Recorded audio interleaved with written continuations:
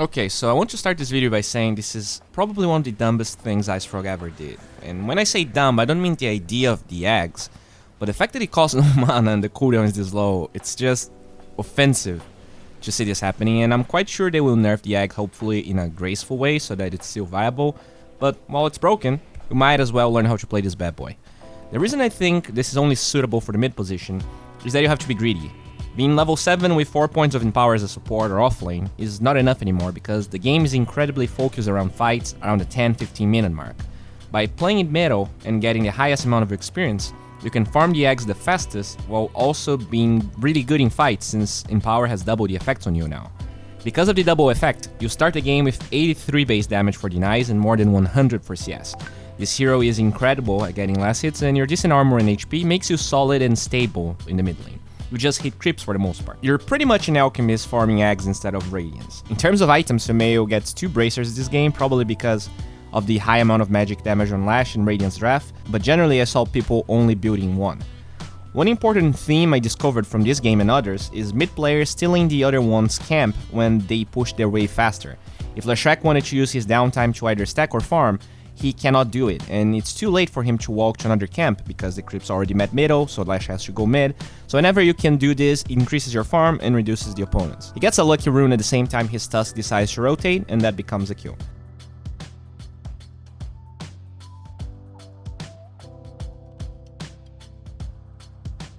Every mid Magnus is getting Gloves of Haste after their Bracer or Bracers. Since both mid lanes have creep camps relatively close, you increase your farming speed more by having Gloves of Haste and killing them faster than getting boots and going from one camp to the other faster. And this here is all about that farming speed. There are a couple of players here and there stopping for Echo Saber, but generally Sumail gets it after treads every single game. Sumail was a little low, so that's why he goes to the other camp instead of going back to the lane, so that he can shrine, but it ends up being quite costly for him. See how he gets the Belt of Giant Strength before boots even? Unlike rotating heroes, Meg at this stage in this patch only wants to hit creeps and get his aghs, and fight around the mid lane. And so his Tusk rotates, and that's great, since Meg is not a hero that rotates as we talked about. Tusk creates impact for both Sumail and him, without Sumail having to give up the playstyle he needs. There you have it. Finish treads suit your way to Aghanim Scepter and become a faceless void with Empower.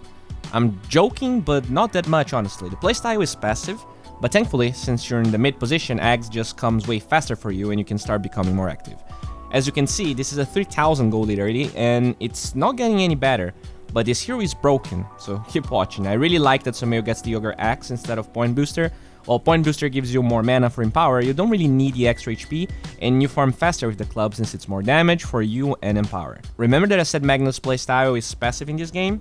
Well, it is, but look what he's doing at 9 minutes. It doesn't matter if you're about to finish Blink, or if your second personality just told you to go jungle. Just hear me out. You will lose the game if you don't actively group 1 minute prior to the freaking bounties with your team at one side of the map and stay there. Sumail was not even attempting to farm camps around this area, and since he sees that Radiant is going ham bot, there's a pretty small chance they won't get the outpost top. Radiant goes for the aggressive move, but Willow was already set up to get the outpost. And this is a great showing of how strong Magnus is even before aghs, just because of the Empower changes. Sumail gets a beautiful RP into Cursed Crown,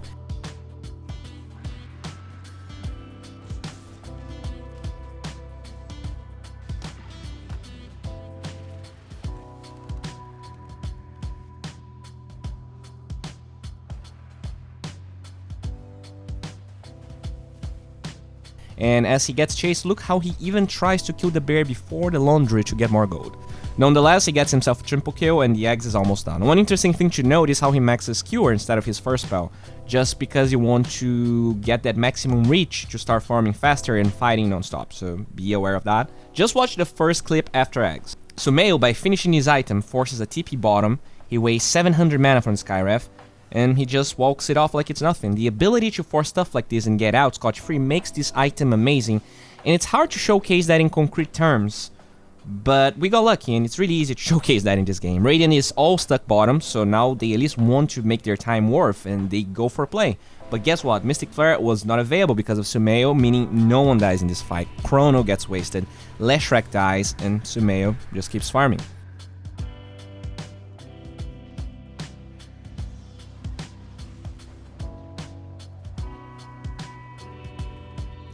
The fact that this costs no mana is beyond broken, and thus Sumail farms like a god. One interesting theme from all Magnus players I watch is the early BKB. I know that in your heart you probably want to go Mask of Madness Daedalus, but that's just bad. First of all, you farm so fast that you don't need the lifesteal because the creeps barely hit you. Second of all, as we just said, your damage is really high. So being alive for long enough to abuse your no mana 4-second cooldown bullshit is what makes this hero great. Not killing 2 heroes with an RP, just dying, and then just losing the fight afterwards. Just look at this, max strength gain is insane. Then you add 2 bracers, treads, aghs as first item, and you're honestly impossible to kill. You should feel ashamed if you die as a Magnus with aghs, and Sumail survives even though Radiant executed their spells perfectly there.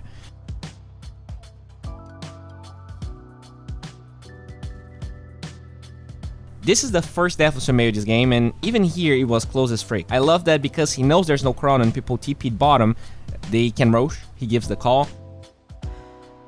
Radiant though, even before Mag respawns, sets up in the Roshan pit, they walk from bottom to top, S5 to dissuade Dire from doing it. That was the right play, but it's costly, especially in terms of farm. Because Chrono is on cooldown though, Radiant thinks they can get one pick off and get out, but Magnus will never let that happen. Look how far he can go.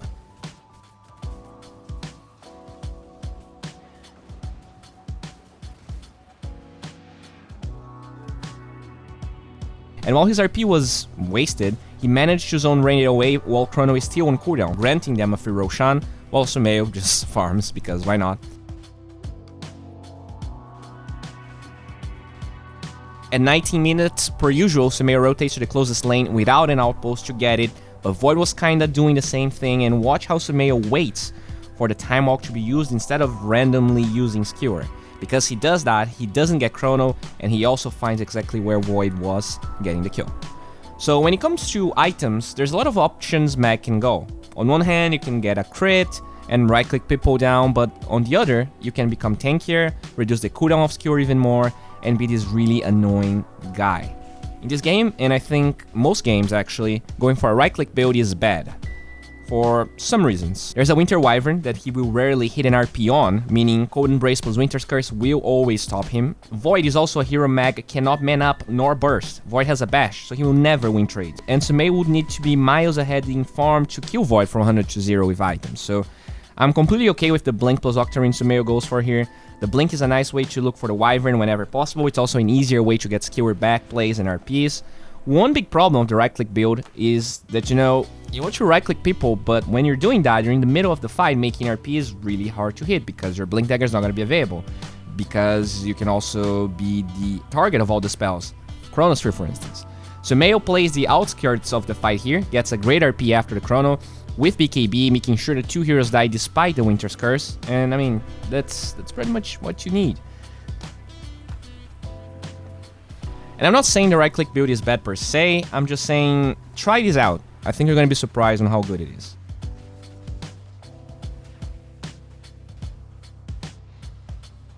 This game actually lasts way longer than this, despite the smell of GG in the air. So, why Sumail prefers this build way more often than the right-click one? I think Octarine and aghs just makes your hero more reliable, and I think that's it. With right-click Mag, you need to hit an RP and hit people, or else all of your items are useless. They're not gonna stand their ground while you hit them. But when you go Octarine, you have way more possibilities available. Just watch this fight. His RP was wasted, yes, but because he has Octarine and aghs, the save means nothing. This fight takes a while, but watch how Sumail is able to force and do whatever.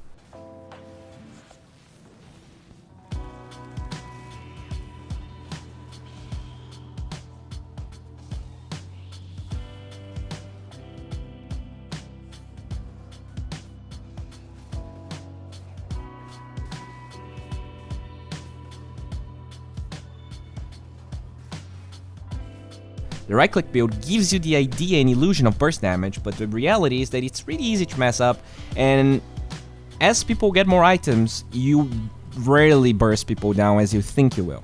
Watch this other fight. Sumail engages on the Void with an RP, but regardless of that, he can still fight. If he had a Daedalus instead of Octarine, it would be much harder to kill the Skyref here.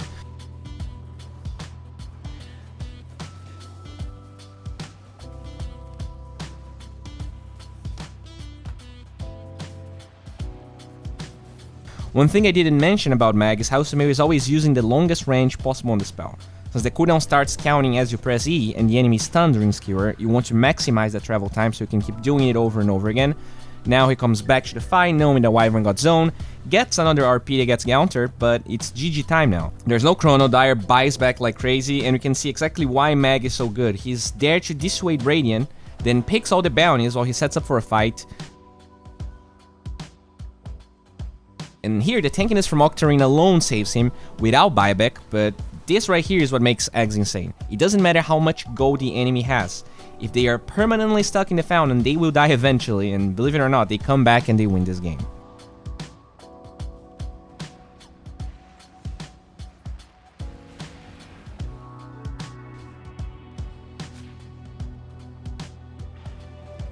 Thank you for liking, commenting, and subscribing. Really appreciate all of you guys. As you know, we have this 100 patron goal. We did increase the number of patrons by quite a bit, but we're still not there yet. So if you guys are enjoying the content of 723, if you guys maybe want coaching, maybe want more of me, the editor is going to give that chance to get better videos and to get me doing more interesting things besides just the videos. But yeah, thank you a lot. Have a good one. Bye.